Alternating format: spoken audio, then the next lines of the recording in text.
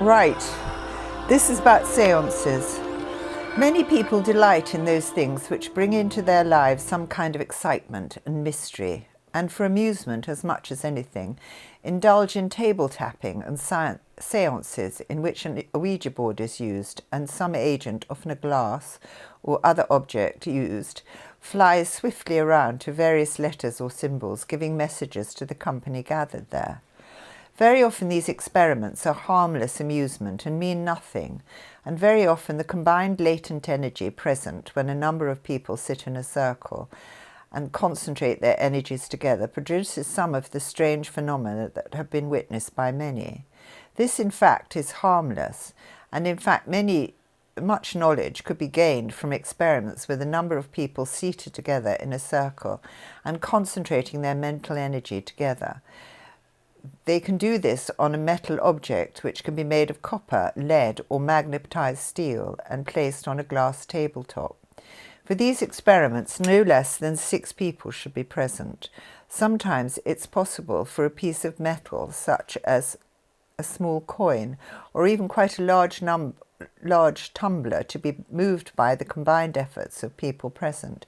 This is brought about by latent energy coming from the brains of a number of people seated together and all directed to one aim. This is not always possible, but it can sometimes be achieved.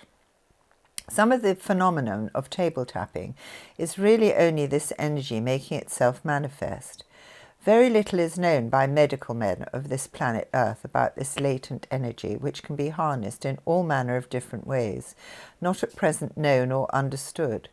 The story of Uri Geller, already mentioned, is proof of the knowledge available to those from other planets who have harnessed it in his case and use it to produce strange, even magical seeming bending of metals and other feats. A few others have also found themselves able to achieve something similar. This is quite genuine and is brought about by this latent energy from the brain.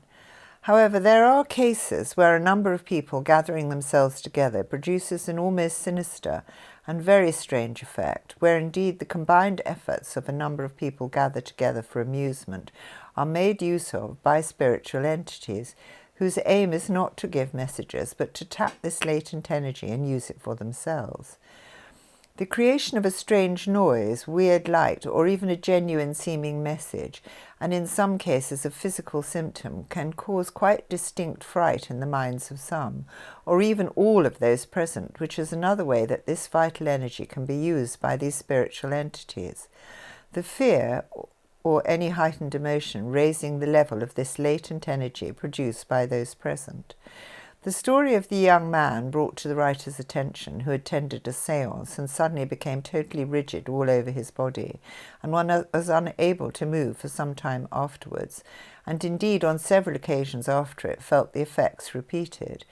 This was brought about by a sudden onslaught from these agencies, who'd most successfully robbed him of this vital energy, in such a way as to knock him out completely. He was fortunate to be young enough to withstand this violent and direct attack upon his person, not once but several times after it. Had he been an older person, he might have succumbed altogether and died from such a dramatic occurrence. This is the very real danger that people who attempt such things run.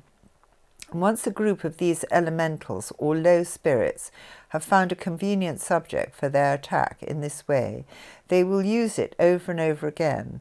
And the only way this dreadful event can be terminated is by an exorcism ceremony performed by a genuine holy man, as we have already advised. This would be an unmarried man in religious orders who has special powers.